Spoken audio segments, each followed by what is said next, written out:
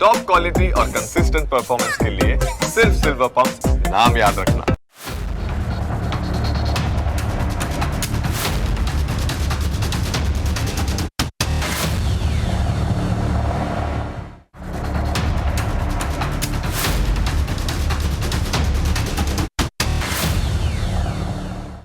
આજે વાત કરીએ દુનિયાના એક શક્તિશાળી ગણાતા માણસની કે જેઓ છાતી ઠોકીને પોતાની જાતને આખી દુનિયાના કિંગ ગણાવે છે.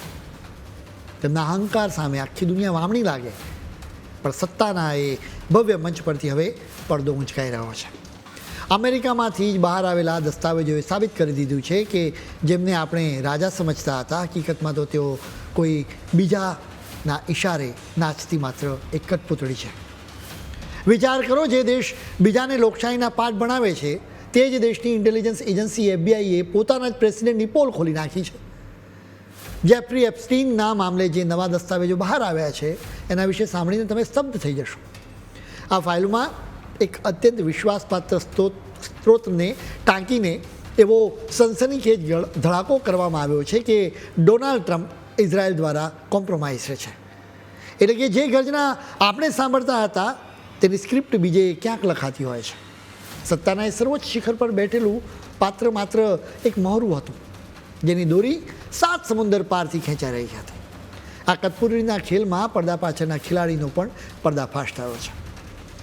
રિપોર્ટ આંગળી ચીંધે છે તેમના જમાઈ જેરેડ કુશનર તરફ.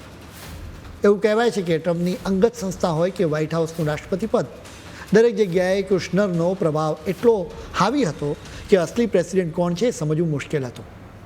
જ્યારે કોઈ મહાસત્તા પારિવારિક સ્વાર્થ અને વિદેશી શક્તિઓના ઓઠા હેઠળ દબાઈ જાય ને ત્યારે સવાલ ઊભો થાય કે શું આધુનિક યુગમાં પ્રજા ખરેખર નેતાઓને ચૂંટે છે ખરી, કે પછી આપણે કોઈ અદૃશ્ય શક્તિઓ દ્વારા ગોઠવવામાં આવેલા કઠપૂતળીના ખેલના માત્ર પ્રેક્ષકો છીએ. આ આખી વાતના કેન્દ્ર સ્થાને એપ્સ્ટીન છે. તમે અવારનવાર એપ્સ્ટીન ફાઇલ્સ વિશે અચૂક સાંભળ્યું હશે. જેફરી એપ્સ્ટીન એક અમીર ફાઇનાન્સર હતો. તે ન્યૂયોર્કમાં જન્મ્યો હતો. 1970ના દશકમાં તે એક શિક્ષક હતો. એ પછી તે ઇન્વેસ્ટમેન્ટ બેન્કર હતો. તેણે પોતાની કંપની જે એપ્સ્ટીન એન્ડ ક્રૂ બનાવી, જ્યાં તે અબજોપતિઓના રૂપિયાને મેનેજ કરતો હતો. સચ્ચાઈ એ છે કે તે સેક્સ ટ્રાફિકિંગ નેટવર્ક ચલાવતો હતો. એટલે કે તે સગીર છોકરીઓને ફસાવતો હતો અને એના પછી તે આ સગીર છોકરીઓને અમીર અને પાવરફુલ લોકોની પાસે મોકલતો હતો. આ અમીર અને પાવરફુલ લોકો સગીર છોકરીઓનું શારીરિક શોષણ કરતા હતા. 2005માં પહેલી વખત એપ્સ્ટીનનો ભાંડો ફૂટ્યો હતો. જોકે એપ્સ્ટીન આકરી સજાથી બચી ગયો, કેમ કે ડોનાલ્ડ ટ્રમ્પ, ભૂતપૂર્વ પ્રેસિડેન્ટ બિલ ક્લિન્ટન અને બ્રિટનના પ્રિન્સ એન્ડ્રુ જેવા પાવરફુલ લોકોની સાથે તેના સંબંધો હતા. બિલ ક્લિન્ટન તો એપ્સ્ટીનના પ્રાઇવેટ જેટથી આફ્રિકા ગયા હતા. વર્ષ 2019માં જેલમાં જ એપ્સ્ટીન મરી ગયો. સત્તાવાર રીતે કહેવામાં આવી રહ્યું છે કે તેણે આત્મહત્યા કરી હતી. જોકે અમેરિકામાં મોટાભાગના લોકો માને છે કે સચ્ચાઈ બહાર ના આવે એટલા માટે તેની હત્યા કરી દેવામાં આવી હતી. હવે ટ્રમ્પ કેવી રીતે ઇઝરાયલની મુઠ્ઠીમાં ફસાયા એની વાત કરીશું. સત્તા અને જાસૂસીનો એવો ગંદો ખેલ ખેલાયો કે જેની તમે કલ્પના પણ નહીં કરી શકો. મીડિયાથી લઈને સોશિયલ મીડિયા સુધી એક થિયરી ચાલી રહી છે. હવે આ થિયરીને સમજવી જોઈએ. 1980 અને 1990ના દાયકાની આ વાત છે. જેફરી એપ્સ્ટીન અને તેના સાથી ગિલેન મેક્સવેલના સંબંધોની આ વાત છે. ગિલેનના પિતા રોબર્ટ મેક્સવેલ બ્રિટનના મીડિયા ટાઇકૂન હતા. તેમના વિશે કહેવાય છે કે તેઓ ઇઝરાયલની જાસૂસી સંસ્થા મોસાદના અત્યંત ખાસ એજન્ટ હતા. તેમના અંતિમ સંસ્કારમાં ઇઝરાયલના અનેક ભૂતપૂર્વ PM હાજર રહ્યા હતા. જાણકારો કહે છે કે રોબર્ટ મેક્સવેલ પાસેથી મળેલો આ વારસો ગિલેન અને એપ્સ્ટીનને આગળ ધપાવ્યો. તેમણે એક એવી હની ટ્રીપ બિછાવી જેમાં સગીર વયની છોકરીઓનો ઉપયોગ કરીને દુનિયાના શક્તિશાળી લોકોને ફસાવવામાં આવતા. હેતુ સાવ સાફ હતો: બાળકીઓનું શારીરિક શોષણ કરતા શક્તિશાળી લોકોના વિડીયો બનાવી દેવાના અને એના પછી ઇઝરાયલના હિતમાં તેને બ્લેકમેલ કરવાના. આ માત્ર મનગઢંત વાતો નથી. ઇઝરાયલના ભૂતપૂર્વ ઇન્ટેલિજન્સ ઓફિસર અરી બેશ મેનાશે પોતે આવી કબૂલાત કરી છે કે તેમણે 1980ના દાયકામાં એપ્સ્ટીનને મેક્સવેલની ઓફિસમાં અનેક વાર જોયો હતો. તેમના મતે એપ્સ્ટીન મોસાદ માટે બ્લેકમેલિંગનું મટીરિયલ ભેગું કરતો હતો જેથી દુનિયાના નેતાઓ પર કાબૂ રાખી શકાય. કદાચ એ જ રીતે ટ્રમ્પને પણ ઇઝરાયલ કાબૂમાં રાખતું હશે. એપ્સ્ટીનના બિઝનેસ પાર્ટનર સ્ટીફન હોફેનબર્ગે તો મરતા પહેલાં કહ્યું હતું, કે એપ્સ્ટીન પાસે જે અઢળક સંપત્તિ અને મોટા લોકો સુધી પહોંચ હતી તે તેની મહેનતની નહીં પરંતુ મોસાદની મહેરબાનીથી હતી. હવે સ્વાભાવિક રીતે ઇઝરાયેલે આ તમામ વાતને ફગાવી દીધી છે. જો કે આખી દુનિયા જાણે છે કે મોસાદ ઇઝરાયેલના હિત માટે કોઈ પણ હદ સુધી જઈ શકે. આ ખેલના અસલી ખેલાડીઓ તો વ્હાઇટ હાઉસની અંદર બેસીને સત્તાની શતરંજ રમી રહ્યા હતા. વાત હવે માત્ર એપ્સ્ટીન સુધી મર્યાદિત નથી રહી. હવે ટ્રમ્પના જમાઈ જેરેડ કુશનર પર પણ ફોકસ ગયું છે.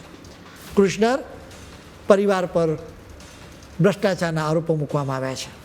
એટલું જ નહીં, તેમના પરિવારના રશિયાની સાથે નાણાકીય વ્યવહારો પણ મળ્યા છે. આ રિપોર્ટના પાના ખોલીએ તો ખબર પડે કે કુશનરે રશિયાના મોટા રોકાણોને એવી રીતે ફેરવ્યા કે કોઈને ગંધ પણ ના આવે. રશિયન સરકાર સાથે જોડાયેલી સંસ્થાઓમાં પોતાના હિતો છુપાવ્યા.